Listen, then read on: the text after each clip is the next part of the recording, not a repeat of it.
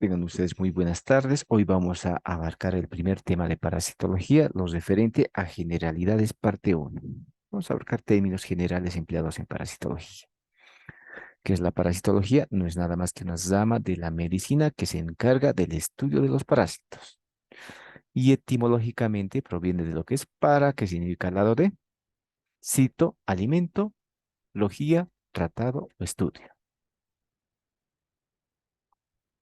¿Qué es un parásito? Un parásito no es nada más que un organismo uni o multicelular que se alberga en el interior del hospedador. Ejemplo de organismo unicelular, los protozoarios. En este caso, la imagen del lado izquierdo, pueden observar, es una ameba.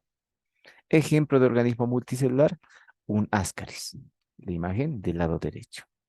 En el primer caso, las amebas son organismos unicelulares, los ascaris son organismos multicelulares. Esa es la definición de parásito. Un organismo que puede ser unicelular o multicelular que se encuentra en el interior del hospedador. ¿Qué es el hospedador? El hospedador no es nada más que un organismo vivo de gran complejidad que alberga al parásito. En su interior, como en la imagen que ustedes observan en la parte inferior, en el lado izquierdo, se observa parásitos adultos en el intestino. O también puede albergar al parásito en su exterior. En este caso, en el lado derecho se ven piojos que están adheridos a los pelos o a los folículos pilosos. Eso es un ectoparásito. ¿Qué es parasitosis? La parasitosis no es nada más que una enfermedad ocasionada por los parásitos. El sufijo osis siempre me está indicando enfermedad.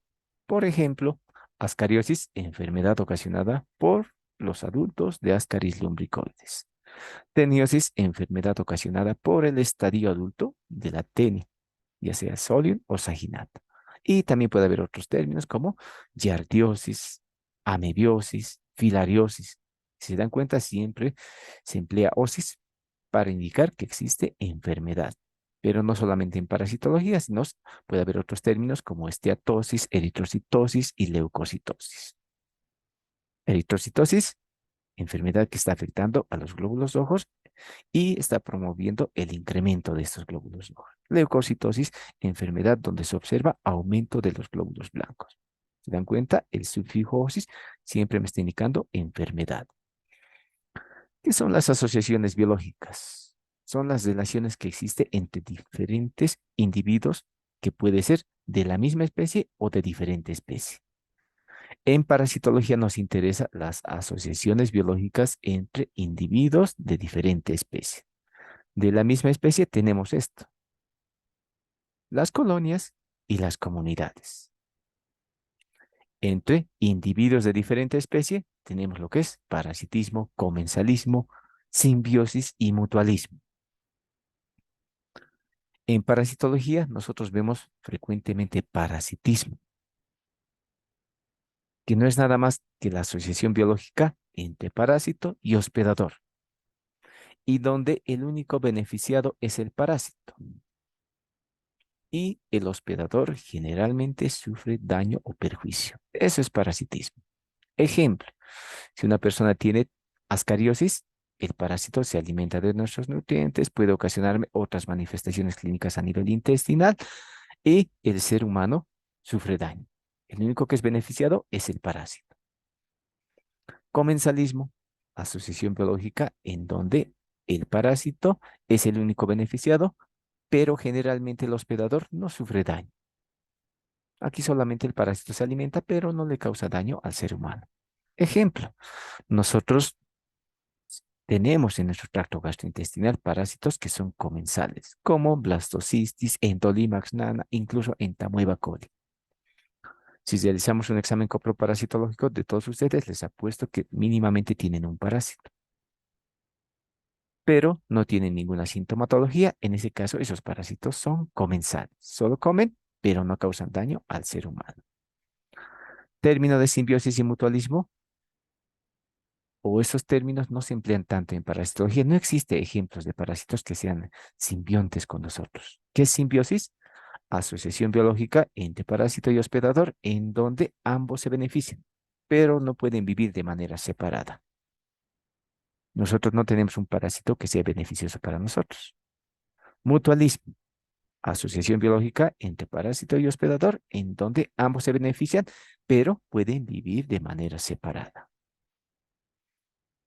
¿Cómo clasificamos a los parásitos? Existen diferentes formas de clasificar. Una de ellas es esta. La divide en tres grupos: protozoarios, helmintos y artrópodos. Los protozoarios, organismos unicelulares; helmintos, organismos multicelulares.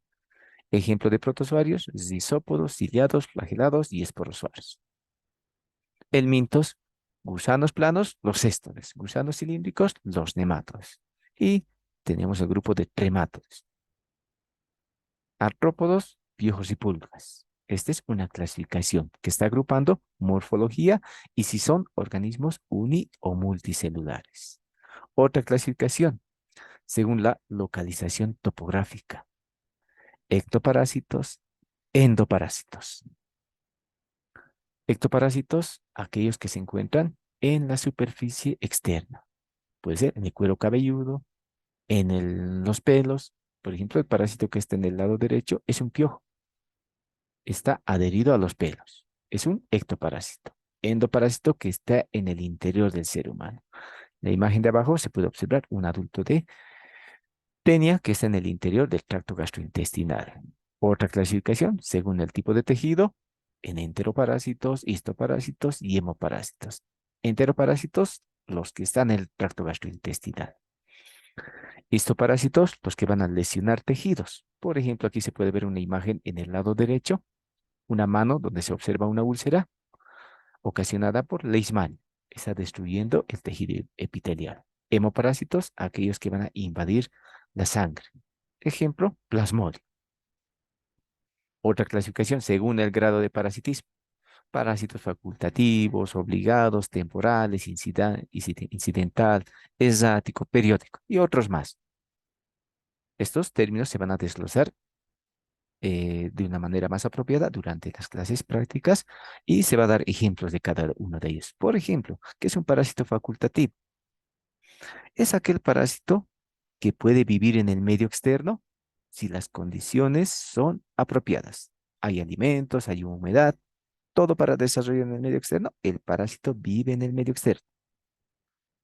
Pero si las condiciones se tornan adversas, el parásito ingresa a un hospedador. Ese es un ejemplo de parásito facultativo. Ejemplo, Strongyloides estercoralis. Puede vivir en el medio externo, pero cuando las condiciones son adversas, ingresa al hospedador. Parásito obligado, aquel que sí o sí requiere de un hospedador para desarrollar sus diferentes estadios evolutivos. Tipos de hospedadores. Hemos dicho que el hospedador es el que alberga el parásito. Tres de manera frecuente, descritos en diferentes textos de parasitología: hospedador definitivo, hospedador intermediario y hospedador accidental. ¿Quién es un hospedador definitivo? ¿O qué es un hospedador definitivo? Es aquel que alberga al parásito en su estadio adulto y con capacidad de reproducción sexual. Ejemplo, en el caso de la tenia saginata, el hombre es el hospedador definitivo de ese parásito porque en el intestino del ser humano está el parásito adulto y también existe reproducción sexual en el caso de este parásito. Hospedador intermediario es el que alberga al parásito en su estadio larval y o con capacidad de reproducción asexual. Si continuamos con el ejemplo, en el caso de ese parásito de la tenia saginata, el ganado vacuno es hospedador intermediario, porque los cisticercos o larvas están en el ganado vacuno. En el ciclo de ese parásito, el hospedador definitivo es el hombre; hospedador intermediario, el ganado vacuno. ¿Qué es hospedador accidental? Es el que corta el ciclo biológico, no permite seguir su ciclo. Eso se refiere a hospedador accidental. Otro ejemplo, hay un parásito que se denomina Echinococcus granulosus. Este parásito está en el intestino de los cánidos, de los perros. Los perros eliminan materia fecal con formas parasitarias, en este caso huevos del parásito, y generalmente son consumidos por el ganado ovino, por la oveja. Y en la oveja desarrolla lo que es el quistidatídico, principalmente en hígado, en vísceras. El ser humano, estas vísceras, le da a los animales para que lo ingieran. Y en los cánidos nuevamente se desarrolla el parásito adulto. Ese es el ciclo normal. Pero el hombre puede adquirir esta parasitosis al acariciar a sus pesos o por diferentes mecanismos. Y en el ser humano se desarrolla el quistidatídico. Pero ahí se corta el ciclo biológico. Ya no puede seguir porque generalmente el hombre es tratado con medicamentos o elimina esta forma parasitaria. ¿Qué está haciendo el hombre? Está cortando el ciclo biológico. Por lo tanto, es hospedador intermediario accidental. Otros tipos de hospedadores es el servorio, no es nada más que aquel que alberga al parásito en su interior y que permite su reproducción. Pero el parásito no le causa daño al hospedador. Ese es un reservorio. Vectores, dos tipos de vectores, mecánico y biológico. El mecánico es el que transporta al parásito, solamente transporta. Ejemplo, la mosca doméstica. Vean, ahí hay una mosca que está en el lado izquierdo, está posado en materia fecal. En sus patitas va a llevar partículas microscópicas de materia fecal con formas parasitarias a nuestros alimentos, a la sopa, al pan, a las frutas. Y solamente ha transportado. Ese es un vector mecánico. Vector biológico, de imagen del lado que es esquemático, está mostrando a lo que es el mosquito anófeles. Si ven la imagen en su interior, son formas parasitarias. Ahí se están dividiendo y se están transformando. Ingresan como gametocitos y salen como esporozoitos. ¿Qué ha sucedido? En el caso de este vector, el vector biológico permite la transformación y también la división de las formas parasitarias. Ese es un vector biológico que aparte de transmitir la enfermedad, promueve la división y la transformación de las formas parasitarias. Tipos de ciclos biológicos, dos tipos, monoxénico y heteroxénico. ¿Cuándo es monoxénico? Cuando el parásito requiere de un solo hospedador para desarrollar sus diferentes estadios. Ese es un ciclo biológico de tipo monoxénico. Ejemplo, el ciclo de Giardia es de tipo monoxénico porque solo requiere del hombre para desarrollar sus diferentes estadios evolutivos. Ciclo heteroxénico, cuando el parásito requiere de dos o más hospedadores para desarrollar su ciclo. Enseguida damos ejemplo. Miren, aquí está el ciclo de Giardia. El hombre ingiere los quistes de Giardia al consumir agua o alimentos que no han sido tratados apropiadamente. Estos quistes ingresan al intestino del ser humano y en el intestino se reproducen, se dividen y finalmente sale con la materia fecal al medio externo y nuevamente se transforma en quiste. Y nuevamente el ser humano ingresa. Si se dan cuenta, solo se quiere del hombre. Este es un ciclo de tipo monoxénico, porque solo se quiere del ser humano. Heteroxénico. El ciclo, por ejemplo, aquí están describiendo de la tenia solium y la tenia saginata. El hombre es hospedador definitivo porque está el adulto. Ese gusano que ustedes observan en la parte inferior está en el intestino delgado del ser humano y ese es el adulto. El ser humano elimina formas parasitarias que contaminan el medio ambiente, los pastizales, es ingerido por el ganado vacuno o el ganado porcino, dependiendo qué especie estemos hablando, y en el interior de estos animales se desarrolla la larva. Por lo tanto, el ganado vacuno y porcino son hospedadores intermediarios. El ser humano se come al ganado porcino o al ganado vacuno y nuevamente en el hombre se desarrolla el parásito adulto. Si ven, aquí sí o sí se requiere de dos hospedadores y este es un ciclo de tipo heteroxénico. Ahora, tenemos que hablar de mecanismos patogénicos, que no son nada más que diferentes herramientas o recursos que tiene el parásito para causar daño al ser humano y también para extraer los nutrientes. Tenemos lo que es la acción de tipo exfoliatriz, mecánica, tóxica y alérgica, las más frecuentes. Y esto tienen todos los parásitos. ¿Qué es acción exfoliatriz? Cuando el parásito extrae los nutrientes, absorbe nutrientes. Todos los parásitos se alimentan, por lo tanto, todos los parásitos tienen acción exfoliatriz. Pero el grado de daño va a depender del tipo de parásito. Si la Giardia, por ejemplo, mide 2 micras y el adulto de Tenia mide 5 a 8 micras, obviamente 5 a 8 metros, perdón, el que va a tener una principal acción exfoliatriz es el adulto de Tenia, porque tiene un gran tamaño.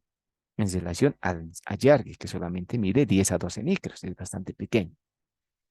Acción de tipo mecánica, que se va a subdividir en dos variedades, mecánica obstructiva y mecánica traumática. ¿Qué es la acción de tipo mecánica obstructiva? Cuando obstruye algún conducto.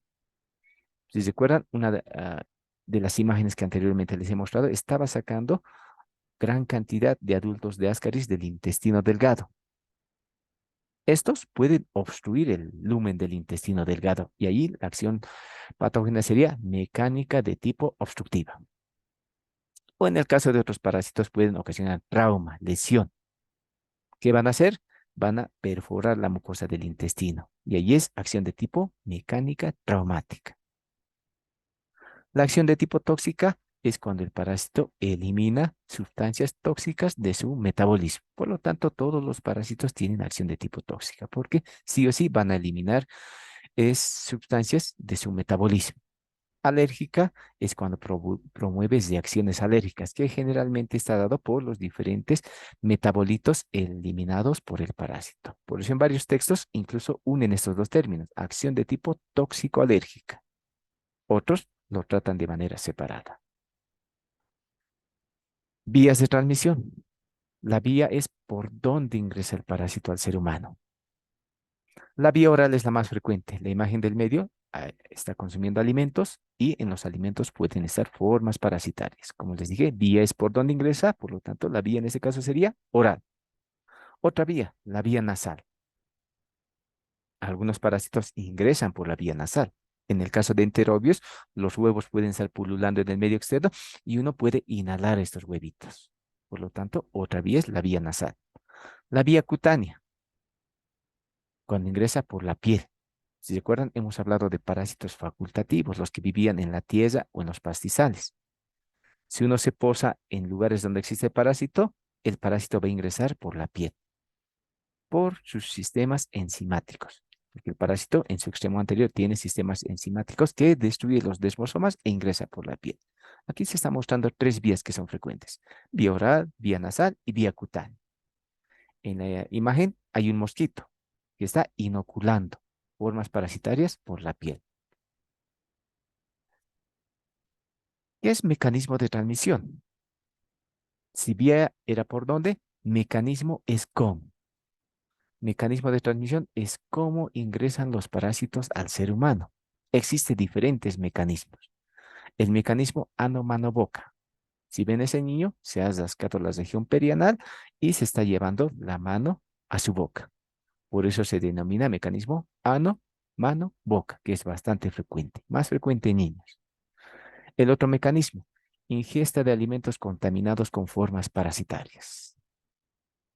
Si uno no lava apropiadamente los alimentos, no lo desinfecta, podemos adquirir formas parasitarias. Estos dos son los más frecuentes para enteroparásitos. Otro, el mecanismo transfusional. Sangre que no ha sido llevada al laboratorio, no ha sido descartado de formas parasitarias, puede ser un mecanismo de transmisión. No han, no han hecho los exámenes laboratoriales apropiados y a una persona le pueden transfundir sangre con Chagas, sangre con malaria, por el mecanismo transfusional. Existen otros mecanismos más, estos son los más frecuentes, como les he indicado. Y finalmente vamos a hablar de lo que es la prevención. La prevención no es nada más que los diferentes recursos que nosotros empleamos para evitar una enfermedad. Y la prevención lo dividimos en dos tipos: medidas de profilaxis y medidas de control. Profilaxis es cuando uno utiliza recursos para evitar la enfermedad parasitaria, pero para uno mismo, es para uno solo. Ejemplo, yo me lavo las manos y eso evita que yo adquiera formas parasitarias. Esa es una medida de profilaxis. Es para mí, es individual la medida de profilaxis. En cambio, medida de control es cuando intentamos evitar una enfermedad, pero en una población, en un gran número de personas. Seguimos con el ejemplo del agua, por ejemplo. Si nosotros realizamos la potabilización del agua, estamos evitando la enfermedad en una comunidad o en un grupo de personas amplio. Por lo tanto, control es para una población y profilaxis es de manera individual. Otro ejemplo de medida de control, letrinización. Si hacemos sanitarios, las personas van a hacer sus necesidades ahí y vamos a evitar el fecalismo al aire libre. Y evitamos que varias personas se contaminen. Esos son ejemplos en cuanto a medidas de profilaxis y control. Y ahí está la definición. Miren, aquí se puede observar en esta imagen diferentes medidas de profilaxis. Lavado de manos, hervir el agua, consumir agua potable. Y eso es para uno mismo. Medidas de control, letrinización, fumigación y desparasitación masiva, como medidas de control. Ahora vamos a hacer un breve resumen de la parte inmunológica que también se va a desglosar más en las clases prácticas. Este es de un texto que tengo de microbiología y ahí está resumido lo que es la inmunología, que no es nada más que una rama de la medicina que se encarga de estudiar los diferentes componentes del proceso inmunológico. Vamos a hablar de lo que es la definición de inmunidad, tipos de inmunidad, lo más frecuente. ¿Qué es la inmunidad? Es la capacidad de un organismo para defenderse contra la invasión de agentes agresores o patógenos. Y esta inmunidad, como aquí pueden observar, se divide en dos variedades, la inmunidad innata y la inmunidad adquirida. Innata o también denominada no adaptativa, que es con lo que nosotros nacemos. Hemos nacido, por ejemplo, con piel, con mucosas y secreciones. Eso no lo vamos a cambiar, con eso nosotros hemos nacido. La piel nos protege contra infecciones bacterianas, incluso parasitarias. Las mucosas tienen secreciones como puede ser las inmunoglobulinas que van a evitar que los parásitos ingresen al ser humano. Y eso no se puede cambiar, siempre lo vamos a tener. Por eso es no adaptativa. La otra variedad de inmunidad es la inmunidad adquirida o adaptativa, como aquí indica, en la cual se requiere la exposición a un antígeno para que el ser humano forme anticuerpos y tenga defensa contra estas formas parasitarias. Esto sí o sí requiere la exposición a un antígeno. La inmunidad adquirida o adaptativa a su vez se divide en dos tipos, inmunidad pasiva e inmunidad activa. La inmunidad pasiva es cuando los anticuerpos son sintetizados por otro organismo y son transferidos mediante vacuna. Por ejemplo, también hablamos de lo que es la inmunidad pasiva natural. Un ejemplo, el calostro, que se le da al recién nacido. ¿Quién ha fabricado los anticuerpos? La madre. Y eso ha sido transferido al producto. Ese es un ejemplo de inmunidad pasiva natural. Inmunidad pasiva artificial. Aquí ya se han fabricado los anticuerpos en un laboratorio. Por eso aquí dice, mediante la inyección de anticuerpos, dándonos una protección inmediata, pero de corta duración. Yo fabrico anticuerpos, por ejemplo, contra alguna forma parasitaria, me la introducen con una inyección y me va a ayudar a eliminar la forma parasitaria. Pero va a pasar un cierto periodo de tiempo y estos anticuerpos van a ser eliminados. Por lo tanto, como aquí indica, es de corta duración. La inmunidad activa, característica es de larga duración. Existe inmunidad activa natural, inmunidad activa artificial.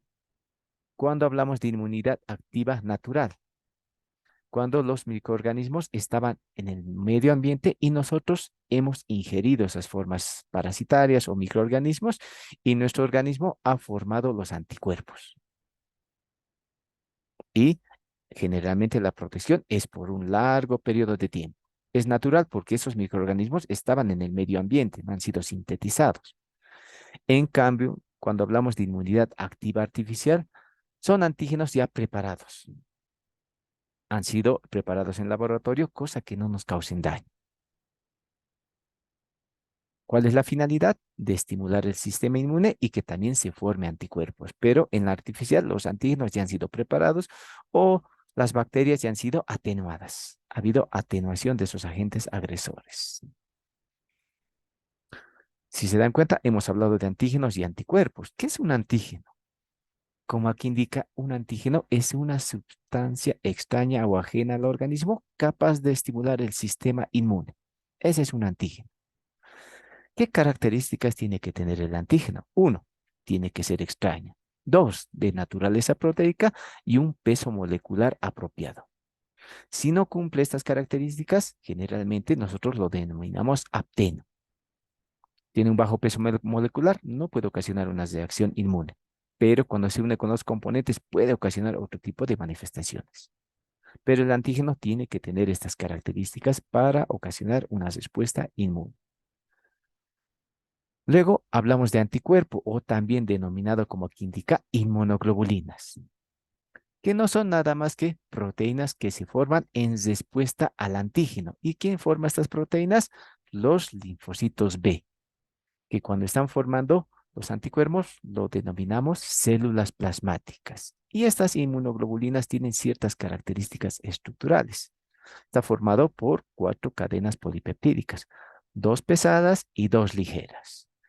Y dentro de las inmunoglobulinas tenemos 5 tipos.